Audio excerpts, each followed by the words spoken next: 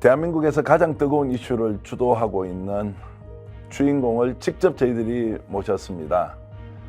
자, 여러분 잘 알고 계시는 이번 양평게이트의 최초 폭로면서 의혹 제기를 했던 민주당 강덕구 의원 직접 모시고 얘기 나눠보겠습니다. 강 의원님 어서 오십시오. 예, 안녕하세요. 인사드리겠습니다. 안양 만안구 출신 더불어민주당 강덕구 의원입니다. 오늘 스픽스 정치 현안 직설 이 프로그램 여러분들과 함께하게 돼서 너무나 기쁩니다. 그러나 여러 가지 정치 현안들로 인해서 한편으로는 마음이 무겁습니다. 오늘 진지하게 제가 하고 싶은 얘기 그리고 제 마음속의 얘기를 있는 그대로 여러분들께 전달하고 그리고 소통하는 시간을 갖도록 노력하겠습니다. 감사합니다.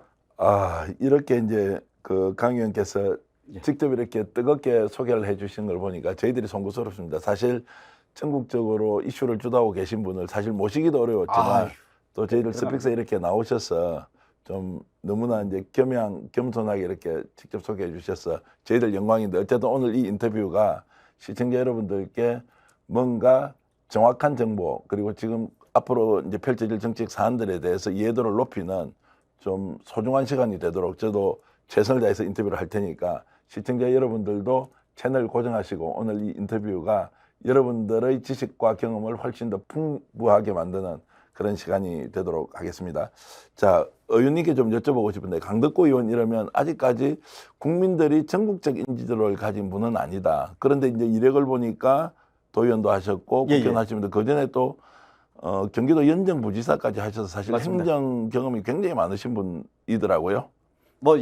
제가 경기도 연정부지사, 경기도의 의장, 주로 지방에서 나름대로 성장한 사람이고요. 국회의원은 이번에 초선이고요. 그 전에 민주연구원에도 좀 있었고요. 제 나름대로 원칙과 소신을 가지고 살아왔고요. 그 원칙 속에서 나름대로 의정 활동을 하고 있습니다. 자, 그래서 오늘 시청자 여러분들께서는 강덕구 의원 말씀을 들으시면서 약간 얼굴이 낯설 수도 있지만 실제로 이번 이제 그 양평게이트와 관련된 이런 중요한 이슈에 사실은 직을 걸고 또는 정치적 생명을 걸고 이것을 반드시 국민들에게 밝혀야겠다는 일념으로 고군분투하고 계신 분이다. 그러면서 여러분들이 좀 관심을 더욱더 가지고 강 의원의 의원 활동을 계속 좀 지켜봐 주시면 고맙겠고요. 어쨌든 이번에 이제 그 이슈를 이렇게 이제 좀 터뜨리고 나서 언론 출연 빈도도 굉장히 많아지고 또 평소에도 시초를 다투면서 사시지만 더욱더 지금 많이 바빠지신 거죠. 그렇죠. 일단 현안에 집중하면 공부도 해야 되고 그리고 현안과 관련된 배경에 대해서도 알아야 되고 직접 또 현장도 가봐야 되고 그리고 관계되는 분들도 만나야 되고 이러다 보니까 개인 시간이 너무 없어졌습니다. 그래서 지역에 있는 우리 지역구 주민들한테 한편으로 죄송하고 한편으로 미안하고 그런 마음이 있죠. 그럼에도 불구하고 정치인은 특히 국회의원은 큰 틀의 국정에 대한 고민 그리고 현안에 대한 고민 그리고 시대 정신과 시대 이슈에 대한 고민들을 하는 것이 저는 맞다라고 생각합니다. 그렇기 때문에 나름 최선을 다해서 주어진 역할 그리고 시대적 소임을 다하려고 노력하고 있습니다. 자, 그러면 오늘 본격적인 이제 토론과 이제 질의응답에 들어가기 전에 강덕구 의원이 대한민국 최초로 국회에서 지금 양평게이트 고속도로 종점 변경과 관련된 기자회견을 했는데요. 그 장면 보시면서 이야기 이어가겠습니다. 지난 국토부 발표를 보면 그동안 정부가 추진해오던 노선과 전혀 다른 노선으로 결론이 났습니다. 당초 서울 양평 고속도로의 종점은 양서면이었고 그리고 그것이 애타까지 통과했습니다. 그럼에도 이번 발표에서는 강상면으로 최종적으로 종점이 발표된 것입니다. 그러나 이번 변경 과정에서는 많은 의문점들이 생깁니다. 신규 종점인 강상면은 대통령 배우자를 비롯해 이 대통령의 장모 그리고 사촌 그리고 동업자 등 많은 관계자들이 소유한 필지가 있는 곳일까요? 라는 의문점이 생깁니다. 자, 제가 요약을 조금 해드리면 원래 2008년부터 추진되었던 지역 수건 사업인 서울과 양평간 고속도로 개설, 2019년도에 예비 타당성 조사하고 2021년도에 이 사업이 확정이 되었는데, 자, 그래서 이제 노선이 사실상 결정이 된 거죠. 예타 통과라면 이제 노선 결정까지 간 것입니다. 그런데 윤석열 대통령 취임 이후에 갑작스럽게 이 노선이 바뀌게 되는데, 자, 대통령 취임 1개월 뒤에 국토부에서 공문을 보내서 자, 이게 노선 변경이 어떻느냐라는 이제 공식 문서가 오고 가면서 1년 만에 노선이 바뀌었는데, 그 노선의 종점이 바로 강상면이라는 곳으로 이제 결정되기 직전이었습니다. 알고 보니 그 주변에 김건희 여사 일가의 땅이 엄청나게 많았다. 그래서 누군가 의도적으로 목적을 가지고 고속도로의 종점을 바꾸었다. 이런 이제 전대미문의 사건이 터져버린 겁니다. 이걸 이제 확인하고 강덕호 의원이 국회에서 기자회견하면서 6월 28일 날 폭로를 했는데, 이제 그 이후에 지금 한 열흘 정도 일파만파 전국적 이슈가 되면서 계속 확장되고 있는 것이다. 이제 이렇게 하면 제가 요약이 맞습니까? 그렇죠. 예. 근데 종점이 좀 변경된다라는 전제하에서 보면 적어도 예를 들면 주민들의 의견을 청취하는 과정, 그리고 예를 들면 해당 군의회 관계자들과의 나름대로 좀 의견을 수렴하는 과정, 이런 절차들이 있어야 됐는데 그런 절차들이 전혀 생략된 채로 이 일이 진행됐다라는 겁니다. 그런 면에서 누구가 봐도 이건 합리적 의심이 드는 거죠. 그것이 제가 이 문제에 대해서 집중하게 된 가장 큰 배경이었습니다. 자, 그 합리적 의심이라는 것은 뭐 당연히 고속도로의 노선이 결정되는 과정에서도 행정기관 내부의 의사결정, 주민들의 의견 적지 뭐 당연히 있을 것이고, 이 노선을 변경한다고 하면 또 변경에 대한 행정적 절차를 반드시 거쳐야 하는데, 그런 것이 거의 없이 특정 정치인의 요청에 의해서 국토부가 응답하면서 사실상 국토부가 일방적으로 노선을 바꿔버리는 이제 이런 결정이 되기 직전의 상황이었다, 이렇게 말씀하시는 거죠. 예. 그리고 이 사업이 2008년도에 정병국 의원이 이 사업의 필요성을 처음으로 문제 제기를 한 분입니다.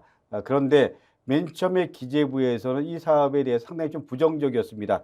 왜냐하면 그 예산에 대한 고민들을 하면서 이게 제대로 예산을 확보하기에는 사업이 좀 무리한 거 아니냐 이랬는데, 말씀하신 대로 2019년도에 이 사업이 에타에 들어가고 2021년도에 에타 최종적으로 통과돼갖고 본격적으로 시작된 건데, 그런데 말씀하신 대로 우리 그 양서면에서 강상으로 바뀌면 예산이 최소한 예를 들면 1,000억에서 1,600억 정도가 더 들어간다는 거 아닙니까? 그러면 이 사업이 1,000억에서 1,600억 정도로 더 들어가면 다시 이 부분에 대해서 예타를 할 수도 있게 될 수밖에 없는 상황입니다. 그런 거를 아무런 기재부가 공식적인 입장도 없이 이거를 밀실에서 결정했다라는 건 누가 봐도 의심을 넘어서 의혹을 갖게 될 수밖에 없는 거죠. 자, 이 일주도 누가 했다고 보십니까? 그거를 제가 그 의혹 제기를 하자면 뭐 제가 먼저 말씀드리면 이게 주도를 했던 사람은 원희룡 장관이다, 이렇게 볼 수 있겠죠. 저는 왜 예를 들면 지금 김건희 여사 일가족들이 여기에 상당 부분 땅들을 가지고 있는 거잖아요. 그리고 맨 처음에 이 사업을 하게 된 배경이 교통체증을 분산하는 게 이 사업의 목적이었습니다. 근데 교통체증 분산 특히 국도 6호선 중심으로 근데 그 정책 목표를 생각하면 처음에 원안인 양서면으로 가는 게 맞습니다. 그럼에도 불구하고 이렇게 한 거는 뭔가 의도가 없으면 저는 도저히 현실적으로 맞지 않다라는 건 누구나 다 인정할 겁니다. 그렇기 때문에 이건 누군가가 의도를 갖고 작업을 한 결과다, 이런 생각이 드는데, 누군가다라고 얘기하는 거는 좀 죄송한 얘기지만 이제 좀 여러 가지 법률적 이런 부분 때문에 제가 말씀드리는 거는 좀 맞지 않은 것 같습니다. 제가 이제 그 언론인 출신으로서 원희룡 장관이 주도했을 것이라고 우리가 이제 추측하는 것은, 지금 원 장관이 이 문제와 관련해서 매일 기자들을 만나서 이 사안에 대해서 브리핑을 하기도 하고 본인의 또 의견도 내기도 하고 야당을 공격하기도 하고 뭐 이런 것들로 보면 어쨌든 이 결정 과정의 중심에는 원희룡 장관이 있다고 하는 것이 이제 합리적 의심일 테고, 또 그러다 보니까 본인이 직접 당사자가 되어서 여기에 대해서 해명 또는 설명 또는 뭐 약간 이제 그 의혹을 더 부풀리는 발언들을 계속하고 있지 않느냐라는 생각이 일단 들어서 이제 원 장관이 전체적으로 주도했을 것이다라고 이제 추측을 하는 것이고요. 예. 근데 해명, 설명 그리고 의혹을 부풀린다고 예. 말씀하셨는데 날마다 예를 들면 입장이 다르잖아요. 예, 예. 예, 저는 이런 부분에 대해서 더 예를 들면 답답한가? 왜 저럴까? 적어도 예를 들면 대한민국의 국토부 장관이면 적어도 뭐 행정이라는 큰 틀에서 입장 정리를 하거나 아니면 소신을 갖고 자기 원칙을 밝히거나 이래야 되는데 계속 예를 들면 이렇게 야당이 문제 제기를 하기 때문에 이거는 뭐 처리한다. 마지막은 그런 거잖아요. 근데 야당이 문제 제기를 하는 건 당연한 거 아닙니까? 야당의 존재 이유가 국민들이 의혹을 갖고 국민들이 의문이 있으면 그 문제를 국민들을 대신해서 의혹을 풀고 의문을 해소해 주는 것이 야당 의원들의 역할이잖아요. 그 역할을 하는 건데 그거를 예를 들면 우리 야당이 반대하기 때문에 못한다. 이게 말이 되나요? 저는 이제 이 말씀 들으면서 뭐 야당은 당연히 그 역할을 해야 하는 것이고 또 집권 여당에서는 이 문제를 결국 종점 변경을 해야 된다고 하면 그 변경에 합당한 사유를 국민들한테 설명하고 그럼요. 행정적 절차를 밟고 예, 예. 그래서 뭐 원한 대로 가거나 변경을 하거나 그렇죠. 이렇게 예. 가야 되는데 갑작스럽게 이제 야당에서 문제 제기한다. 그래서 안 할게. 그럼 백지화야. 원래 없던 거야. 이 정권이 안 할 테니까 다음 정부에서 알아서 하도록 하라. 이제 이런 무책임한 발언을 했어요. 그리고 정확하게 얘기하면 이게 철회가 될 수 없는 겁니다. 지금 적어도 아직까지 최종적으로 결정 난 게 아닙니다. 아직까지 지금 타당성 평가를 지금 하고 있는 중입니다. 그러니까 철회가 아니고 행정 용어로 얘기하면 사업을 유보하고 있는 겁니다. 그런데 왜 이거 자체를 철회하겠다고 본인은 장관직을 걸고 정책 책임을 걸고 난 이거 철회하겠다. 그래서 백지화다 이렇게 발표를 해버렸습니다. 제주도지사까지 한 사람이 예. 행정의 프로세스를 모르는 겁니다. 그러니까 더 답답한 거죠. 그러니까 장관이 자의적으로 예를 들면 이 사업 철회해 그런다고 되는 게 아닙니다. 그 과정이 있습니다. 그 과정 속에서 예를 들면 최종적으로 이런 이유로 예를 들면 우리가 조사한 결과 이렇게 처리할 수밖에 없습니다. 라고 하는 것과 대통령이 또는 장관이 자기 마음대로 결정할 수 있는 게 아닙니다. 대한민국은 기본적으로 행정 시스템이 있고요. 다 법률적 근거로 행정이 돌아가는데 이런 거를 다 무력화시키고 있습니다. 저는 그래서 어떻게 보면 지금 우리 원희룡 장관이 하는 모습은 착대는 그야말로 독재 정부의 전형적인 독재 장관 원희룡이다. 뭐 이렇게 말씀드릴 수 있습니다. 자, 그 말씀은 이제 철회를 하더라도 당연히 절차를 거쳐서 그럼요. 그 행정 절차에 맞게 철회의 최종 결정을 장관이 할 수 있을지 모르나 그럼요. 예. 이미 추진되고 있는 국책 사업을 본인의 정책 책임을 걸고 철회한다는 것은 어떻게 보면 법적 위반 소지도 있다 이렇게 볼 수도 충분히 있습니다. 그렇게 볼 수 있는 거죠. 어떤 의미에서 직권남용입니다. 왜냐하면 분명히 말씀드렸지만 프로세스를 완전히 무시한 거잖아요.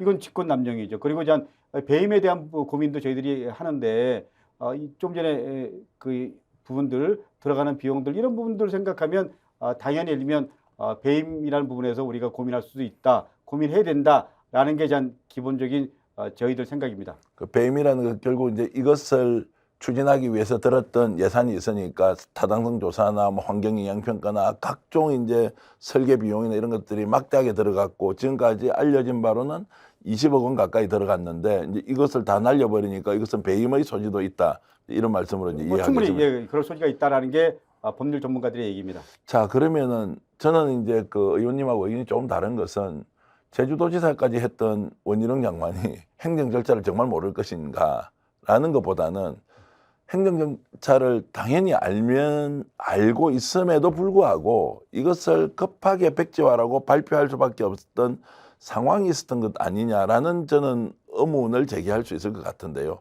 그만큼 원 장관이 좀 급하게 이걸 백지화라는 소위 말하는 초강수를 둘 수밖에 없었다 이렇게 볼 수는 없습니까? 그런 의심도 충분히 있죠. 만약에 이 부분을 문제 제기를 안 하고 그냥 갔으면 원희룡 장관이 의도하는 대로 갔을 겁니다. 양소에서 강성면으로 갔고 누군가가 이 변경에 따른 토지 이익에 대한 부분들을 그냥 갖게 되고 이럴 수 있죠. 근데 야당이 문제 제기하고 그게 이게 이슈화되면서 입장들을 처리를 한 거잖아요. 저는 왜 예를 들면 그 원희룡 장관이 그럴 수밖에 없었는지 이 부분도 야당을 공격하는 게 아니고요. 솔직하게 그 배경에 대해서 그리고 예를 들면 어떻게 이쪽으로 옮기게 된 이유가 뭔지 이걸 솔직하게 분명하게 얘기하는 게 장관으로서 나름대로 역할 아닌가요? 그 본인은 기자회견에서 이렇게 얘기했어요. 국토부에 있는 실무자들이 현재 원안보다는 변경안이 더 좋다는 의견이 와서 본인이 그것을 검토해 보니 아 이렇게 가도 되겠다라고 이렇게 비슷하게 얘기했습니다. 그 말은 예비타당성 조사까지 결론 난 내용을 국토부에 있는 실무자가 다른 의견을 가져와서 장관한테 보고했다. 이 프로세스도 제가 알고 있는 이 행정의 체계로는 도저히 이해할 수 없다. 이제 도의원 해보셨고 또 부지사까지 해보셨고 지금 국회의원 하고 계시잖아요. 이런 게 가능합니까? 실무자가 장관한테 바꿉시다 이렇게 가져올 수 있습니까? 저는 원희룡 장관이 제주도의 서귀포의 한 면에 아니면 한 동에 동장을 했다 그러면 그 마지막 단위는 그 실무적인 일을 하는 거니까 예. 저는 뭐 이해할 수 있습니다. 그러나 현실적으로 제주도 도지사까지 한 사람이 이렇게 얘기했다라는 건 뭐 도저히 용납이 안 되고 이해가 안 됩니다. 자, 야당 의원으로서 자, 원 장관은 이거 지금 야당에서 이렇게 문제 제기하니까 백지하겠다. 그래서 민주당이 지금 내한테 사과를 하면 그래도 원안대로 추진하는 거 다시 검토해 보겠다. 이렇게 최근에 기자회견에서 얘기했습니다. 그 내용 어떻게 느끼셨어요? 이 야당이 문제 제기를 하니까 예를 들면 백지하겠다. 이것도 그렇고요. 예를 들면 실무자들이 준 안에 의하면 바꾼 게 더 낫다라고 얘기한 것도 그렇고요. 다 말이 안 되는 겁니다. 왜 말이 안 되는 거냐면 기본적으로 에타를 할 때 우리 시작점 그리고 또 종점 이 부분이 다 결정된 거잖아요. 그 전제하에서 사업을 하는 겁니다. 그러니까 제가 분명히 말씀드리지만 종점을 바꿔달라는 그런 민원들이 여러 군데 이 도로 개설 관련해서는 나오죠. 그렇지만은 적어도 에타를 통과했을 때는 시점과 종점이 다 결정되고 그 전제에서 에타를 했기 때문에 그 민원들이 결국 민원으로 끝나는 겁니다.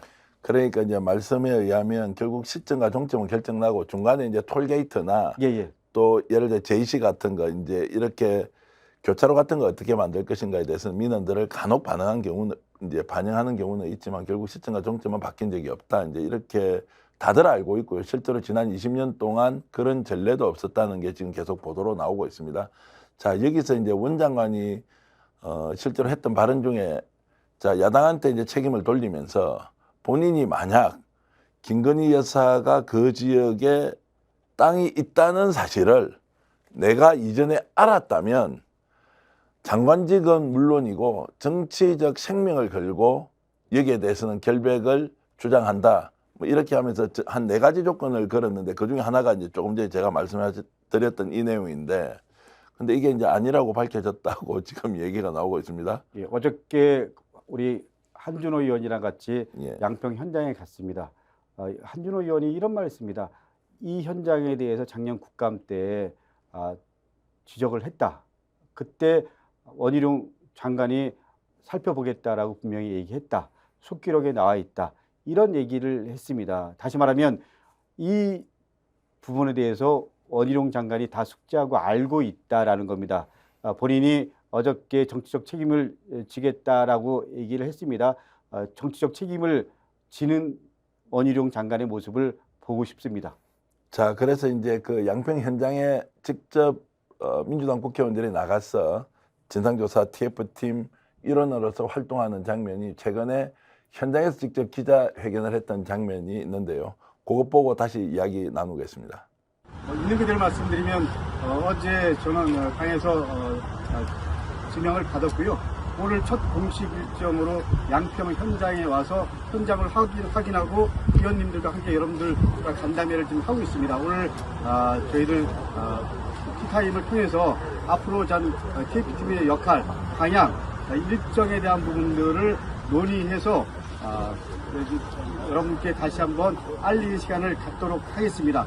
어쨌거나 오늘 국민 여러분들이 갖고 있는 의혹 그리고 또 밝혀야 될 진실 이런 것들을 제대로 밝혀낼 수 있도록 최선을 다할 것을 분명히 말씀드리면서 언론 여러분들의 지속적인 관심 부탁드립니다. 감사합니다. 함께 이제 현장에 동행했던 분들이 다 이제 TF팀, 진상조사 그렇습니다. TF팀 이제 멤버시고요. 예, 예. 김두관 의원 보이고, 김의겸 의원, 예. 그리고 이제 그 우리 최인호 간사, 최인호 간사 예. 이렇게 다 이제 우리 한준호 의원도 한준호 같이 의원도 함께 있었죠. 하셨죠. 예.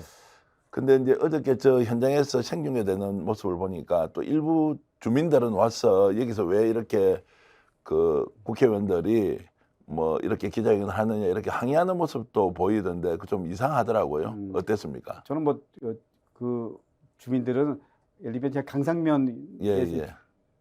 사시는 분들이니까 그분들 입장에서는 예를 들면 새로 변경된 안을 찬성할 수도 있죠. 예. 당연히 저는 그건 이해합니다. 두 번째로는 좀 조직적으로 몇 번은 온 느낌도 들고요. 그렇습니다. 그러나 뭐 저는 그분들은 그렇게 얘기할 수 있다라고 생각합니다.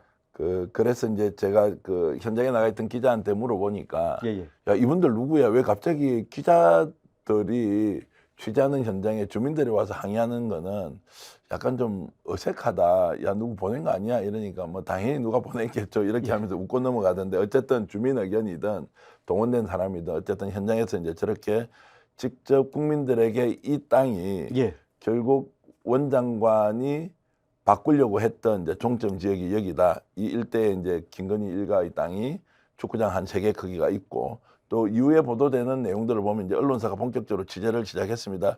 이제 일부 언론을 제외하고는 다수 언론이 지금 이제 취재를 하고 있더라고요. 예, 그렇죠. 그러면서 실제 이제 토지를 보유하고 있던 내용이 우리가 지금까지 알고 있는 것보다 훨씬 더 많더라. 그 일대에 KBS가 보도했고 또 CBS도 보도를 하더라고요. 그래서 제 느낌에는 이제 방송사들은 이 문제에 대해서 실제적 진실을 밝히기 위해서 뛰어들었구나 이런 느낌이 들었습니다. 그래서 외롭게 좀 시작하셨는데 지금은 다수 언론이 이 문제를 정말 밝혀보자고 해서 이렇게 이제 활동하고 있던데 그런 부분 어떻게 보셨습니까? 맨 처음에 시작할 때는 약간의 두려움도 있었고요. 네. 그리고 또 좀 외롭기도 했는데 어쨌거나 지금은 언론 방송 포함해서 상당히 많은 분들이 관심을 갖게 시작했습니다. 그렇기 때문에 저는 이제 좀 이 부분이 제대로 밝혀지면 그야말로 국민들이 갖고 있는 의혹 그리고 국민들이 갖고 있는 여러 가지 의심들을 우리가 풀어낼 수 있겠구나라는 희망들을 가질 수 있습니다. 그렇지만 가장 중요한 건 반복되는 얘기지만 왜 종점이 바뀌게 됐는지 누가 주도해서 바꿨는지 이런 부분이 가장 중요한 거 아닌가요? 그것을 밝혀내야 됩니다. 자, 그러면 지금 이제 민주당에서는 이 문제를 지금 이제 앞으로 어떻게 지금 다뤄갑니까? TF팀이 있고 민주당 내에서도 실제로 의원들이 좀 똘똘 뭉쳐서 이 문제 밝혀보자라는 분위기가 있는 것은 맞습니까? 어저께 제가 우리 의원님들한테 보고를 했죠. 근데 관심도 뜨거웠고요. 그리고 한번 이거 제대로 밝혀야 된다라는 입장도 뜨거웠습니다. 그 관심과 그 입장들을 모아서 이번에 TF팀을 만들었습니다. TF팀이 이것과 관련된 진상을 제대로 밝혀낼 수 있도록 최선을 다하겠습니다. 그리고 국토위에서는 이 건과 관련된 현안 보고를 받기 위해서 상임위 요구를 했습니다. 이 상임위에서 원희룡 장관 당연히 전 나올 거라고 생각합니다만 우리 원희룡 장관이 나와서 이 부분에 대해서 밝히고 또 우리 의심나는 또 의혹스러운 부분들 국민들을 대신해서 우리 야당 의원분들이 질의를 하고 그런 공방 속에서 마지막 판단은 국민들이 하는 거 아닙니까? 저는 그 역할을 우리 민주당 의원들이 제대로 해낼 수 있을 거라고 생각합니다. 자, 그럼에도 불구하고 국토부 장관이 지금과 같이 백지화하고 야당 책임으로 돌리고 그리고 원인과 중간 과정과 결과에 대해서 아예 함구해버린다. 모로시아로 일관한다. 이러면 진상규명 안 되는 거지 않습니까? 왜냐하면 야당에서 요구를 한다 하더라도 뭐 자료가 있어야 이걸 검증을 하고 이렇게 되는데 아예 모로시아로 일관을 해버린다. 이럴 가능성이 높지 않습니까? 저는 현재는 그럴 가능성이 높다고 생각합니다. 네. 왜냐하면 이거를 철회한 것도 사실은 현안에 대한 고민들 하면서 그렇게 대한 덮으려고 하는 그런 또 다른 작용이 아닌가라는 생각이 듭니다. 그리고 아까 말씀 중에 이제 정병국 의원이 2008년도에 정병국 전 의원이죠. 2008년도에 이것을 추진했기 때문에 어떤 경우이든 정병국 의원이 이 사안을 어떻게 바라보는지도 추진 여부와 관련해서 굉장히 이제 중요하다는 생각은 좀 들긴 하고요.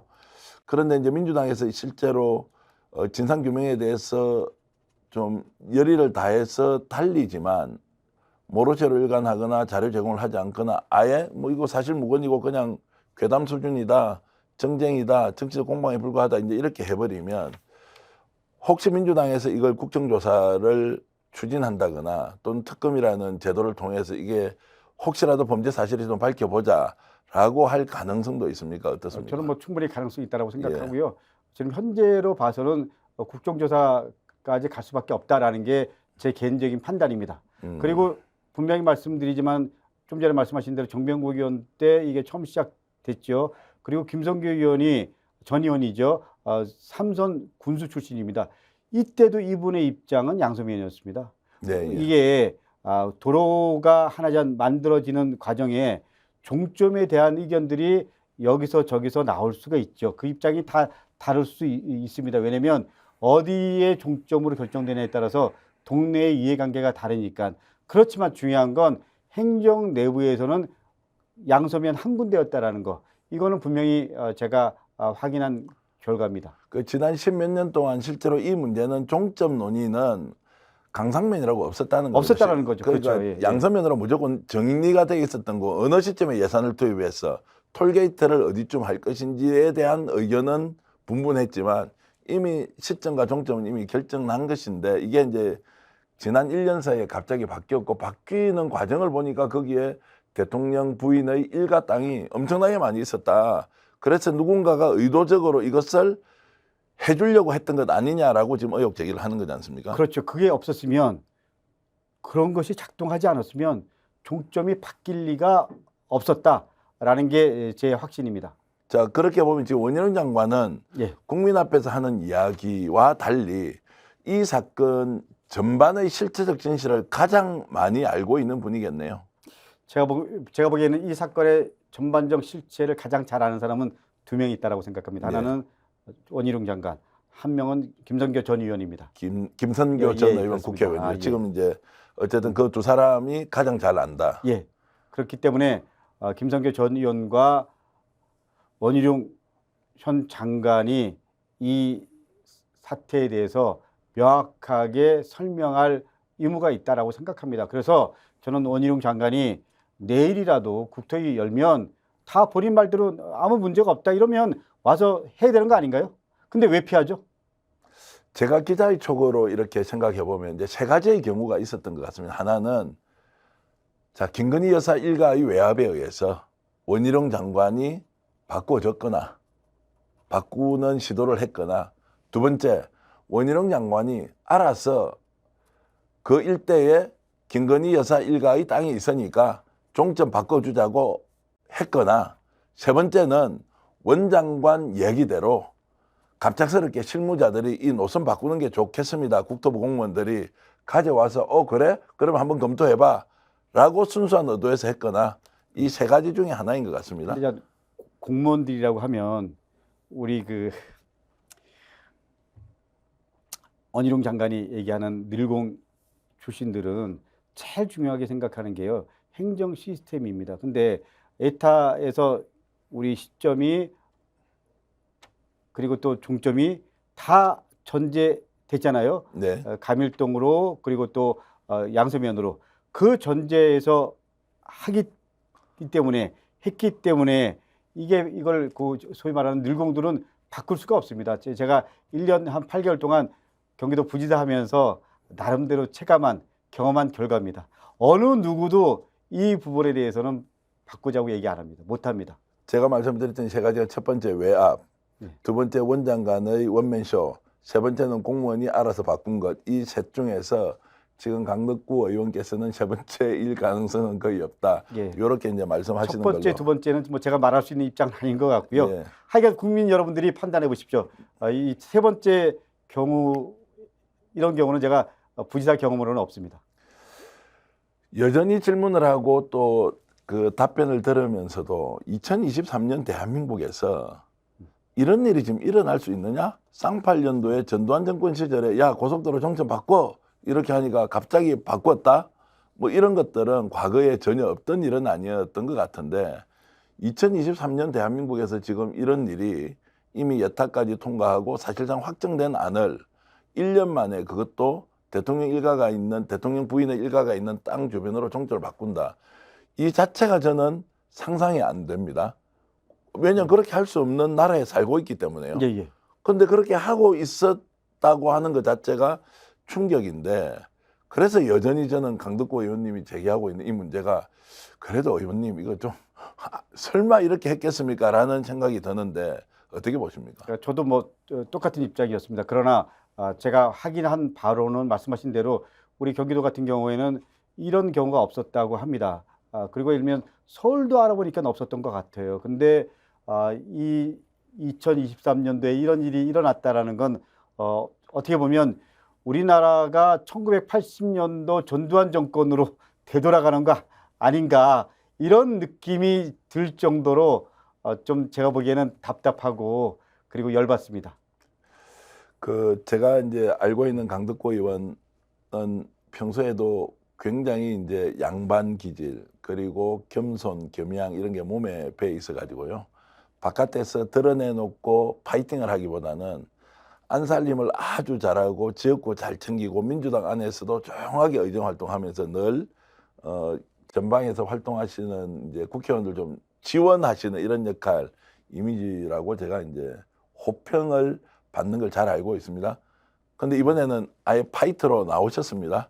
예, 좀, 저는 예, 지금은 싸울 때라고 생각합니다. 예. 제가 제 역할을 하는 거는 지역구의 여러 현안들을 잘 관리하고 이런 것도 중요하지만 국회의원은 또 야당은 적어도 현실의 여러 가지 불의와 그리고 민주당 입장에서 야당으로서 제 역할을 해야 되는 부분들 이런 부분들은 제대로 싸우는 것 이것이 저에게 주어진 또 야당에게 주어진 시대적 소임이라고 생각합니다. 그 소임을 두려워하거나 그 소임을 마다한다 그러면 저는 야당 의원으로서 존재감 떠나서 의원 하지 말아야죠. 정치하지 말아야죠. 저는 그렇게 생각합니다. 지난 1년 윤석열 대통령 평가하면 특히 김건희 여사와 관련된 또 이번 양평 게이트 같은 경우도 상상을 초월한 일이 매일 보다시피 지금 하지 않습니까? 예. 자, 보수 정권 이러면 굉장히 안정적이고 국민들에게 애국심을 고취시키고 좀 더 국가의 미래나 비전을 위해서 뭔가 좀 헌신하는 느낌 뭐 이런 것들이 좀 이제 보수 정권이 가지고 있는 특징 또 진보 정권은 좀 역동적으로 개혁하고 혁신하고 또 좀 덜 가지고 좀 불편한 사람들 편에 서서 이 사람들 좀 평등의 기반 위에 좀 올려놓자 이런 것들이 특징이었는데 지난 1년의 윤석열 정권은 보수가 가지고 있는 우리 머릿속에 있는 상징, 장점, 특징 이런 게 전혀 없는 것 같습니다. 어떻게 평가하십니까, 솔직히? 지난 1년 윤석열 정권을 평가라. 저는 한마디로 얘기하면요. 검사부 일체 정권이라고 생각합니다. 한마디로 검찰 중심, 그야말로 사심 중심, 부자 중심, 일본 중심, 그리고 국민을 체하게 하는 정권. 그래서 저는 체하게 한다. 검사부 일체 정권이라고 규정합니다. 그러니까 이제 검사 중심으로 권력을 사유화하고 그리고 부자들에게는 유리하고 예, 그리고 일본에게는 지나치게 경도되고 맞습니다. 그래서 국민들을 결국 체하게 했다. 소화불량 만들었다. 예, 그래서 검사부 일체 정권이라고 생각합니다. 예. 괜찮지 않나요? 뭐 아재 개그로는 괜찮은 것 같고요. 아재 개그로는 예, 아주 예. 괜찮은 것 같고요. 어쨌든 검사부 일체 정권이라고 말씀 주시는 것에 이제 지난 1년 동안의 윤석열 정부에 대한 평가가 다 담겨 있다고 생각을 하고요. 자, 그러면 이제 결국 윤석열 정권은 이것을 무리하든 뭐 어쨌든 우연의 일치이든 양평 게이트가 이제 터지고 말았습니다. 양평 게이트 사건을 보시면서 우리 국민들에게 꼭 강 의원께서 하시고 싶은 이야기는 어떤 겁니까? 저는 한마디로 한다면요. 대통령 잘 뽑아야 된다. 네. 예, 내가 누구를 찍든 내 삶과 관계없다고 생각하는 분들이 있고요. 그래서 투표장 안 가시잖아요. 그리고 내가 누구를 뽑든 내 아들, 딸들과 관계없다라고 생각하는 분들 있죠. 그러나 내가 윤석열 대통령을 뽑은 분도 있고요. 또 내가 윤석열 대통령을 뽑지 않은 분들도 있지만 그 결과는 다 누구에게든 가는 거고요. 그리고 그 결과에 대해서 우리 모두 책임질 수밖에 없잖아요. 그렇기 때문에 저는 양평 게이트를 통해서 국민들에게 알리고 싶은 것 한 가지가 있다면 국민 여러분, 시민 여러분, 대통령 잘 뽑아야 됩니다. 그 평소에 이제 소시민적 삶, 또 서민의 삶, 그들이 갖고 있는 슬픔, 고통, 아픔을 늘 손잡아주는 정치인으로 제가 잘 알고 있어서 낮은 곳에서 따뜻한 정치를 펼치는 분이었는데 갑자기 그 우리 강 의원님의 얼굴에서도 이렇게 드러나지만 전방에 나서서 싸우실 분이 아닌 것 같은데 강 의원 같은 분들은 이제 정말로 이것은 아니다. 불의를 위해서 맞서 싸우는 투사가 될 수밖에 없도록 만든 이런 이제 정치적 환경이 윤석열 정부에 있었다 이런 생각을 드니까 한편으로는 고맙기도 하고 한편으로는 안타깝기도 합니다. 앞으로 이제 의정 활동 어떻게 하시려고 생각하십니까? 저는 뭐 이제 확실하게 결심했습니다. 제대로 싸우고 그리고 제대로 투쟁하고요. 그리고 제대로 시대 정신에 복무하는 정치인이 되도록 노력하겠습니다. 혹시 그렇게 하면 민주당 안에서 야 이제 또 싸움꾼 한 명 나왔으니까 역풍 불어서 총선 망할 수 있다 이렇게 얘기하는 또 의원들도 있지 않겠습니까? 뭐 그럴 수도 있지만 전제가 하나 있습니다. 대안을 제대로 갖고요. 그리고 객관적 현실들을 파악하고 그 속에서 큰 틀의 비전을 준비하고요. 그리고 그것이 국민 여러분들과 공감을 얻을 수 있도록 하고요. 또 그것이 시민들의 삶이라는 부분 속에서 나름대로 좀 뭔가 위로가 될 수 있도록 최선을 다해서 함께 하는 것, 저는 그것이 중요하다고 생각합니다. 그 친명도 아니시고 친낙도 아니시고 예. 주류도 아니시고 비주류시고 이러시죠 민주당에서. 저는 이제 비주를 넘어서 예, 저는 주류로 좀 가고 싶은 생각이 그렇습니다. 듭니다. 왜냐하면 결국 시대 정신을 제대로 복무하려면 주류가 돼야 되잖아요. 예, 저는 그런 부분에서 좀 더 제대로 역할을 하고요. 그리고 제대로 함께 할 분들과 같이 손을 맞잡고 우리가 주류가 돼서 세상을 좀 더 좋은 방향으로 올바른 방향으로 갈 수 있도록 하는 것, 그것이 이제 제 꿈이고 제 바람입니다. 그 꿈이 이루어져서 시민들의 삶이 그리고 좀 소외된 분들에게 희망을 주는 그런 세상을 만들도록 열심히 노력하겠습니다. 강 의원께서 말씀하셨던 주류라는 의미가 권력을 잡겠다는 주류가 아니라 세상을 바꾸는 수권 능력을 가진 정당이 되고 그 정당의 주인공이 되어서 정말 서민과 국민에게 꼭 필요한 역할을 하겠다는 말씀으로 제가 충분히 잘 받아들이겠습니다. 마지막으로 좀 한마디 얘기하면 말씀하십시오. 예. 어쨌거나 윤핵관 소위 말하는 국민의힘에서 그리고 윤석열 대통령 체제에서 주류잖아요. 예. 근데 그분들이 시대에 대한 고민, 시대 정치에 대한 고민, 그리고 사람들의 삶에 대한 고민, 이런 부분이 있다고 생각하는 분들이 얼마나 있을까요? 저는 그래서 우리가 수권에 대한 고민 제대로 해야 되고요. 그리고 수권에 대한 비전을 제대로 만들어야 되고요. 그리고 우리가 시민들의 삶에 대해서 제대로 치열하게 나름대로 고민하면서 대한민국의 미래를 제대로 설계해내야 된다고 생각합니다. 그것이 저는 정치인의 그리고 야당의 그리고 민주당의 의원들의 모습이어야 된다고 생각합니다. 그 오늘 강덕구 의원 말씀을 제가 요약을 하면 정말 정치라는 것이 나를 위해 존재하는 것이냐 아니면 국민을 위해서 존재하는 것이냐, 특히 정치인이라면 그런 부분을 평생에 짊어지고 가야 할 큰 숙제로 안고 있어야 한다고 봅니다. 윤핵관 말씀하셨지만 정말 대통령 주변에서 집권여당 주변에서 핵관이라고 외치는 분들이 국민과 서민과 나라를 위해서 하는지 여러분들이 잘 알고 계실 것이고요. 그런 부분은 우리 국민이 주권자로서 가지고 있는 투표로서 평가를 해줘야 한다 이렇게 생각을 하고 있습니다. 어떤 이는 큰 자리에 올라가면 내가 권한을 위임받았기 때문에 정말 이 권한을 위임한 사람들을 위해서 다 써야 되겠다고 생각하는 사람이 있고요. 어떤 사람은 권한을 자신의 권력으로 인지하고 이것을 어떻게 내가 나를 위해서 잘 쓸 것이냐, 이것을 우리는 권력의 사유화라고 이야기합니다. 이번 양평 게이트 여러분 어떻게 보십니까?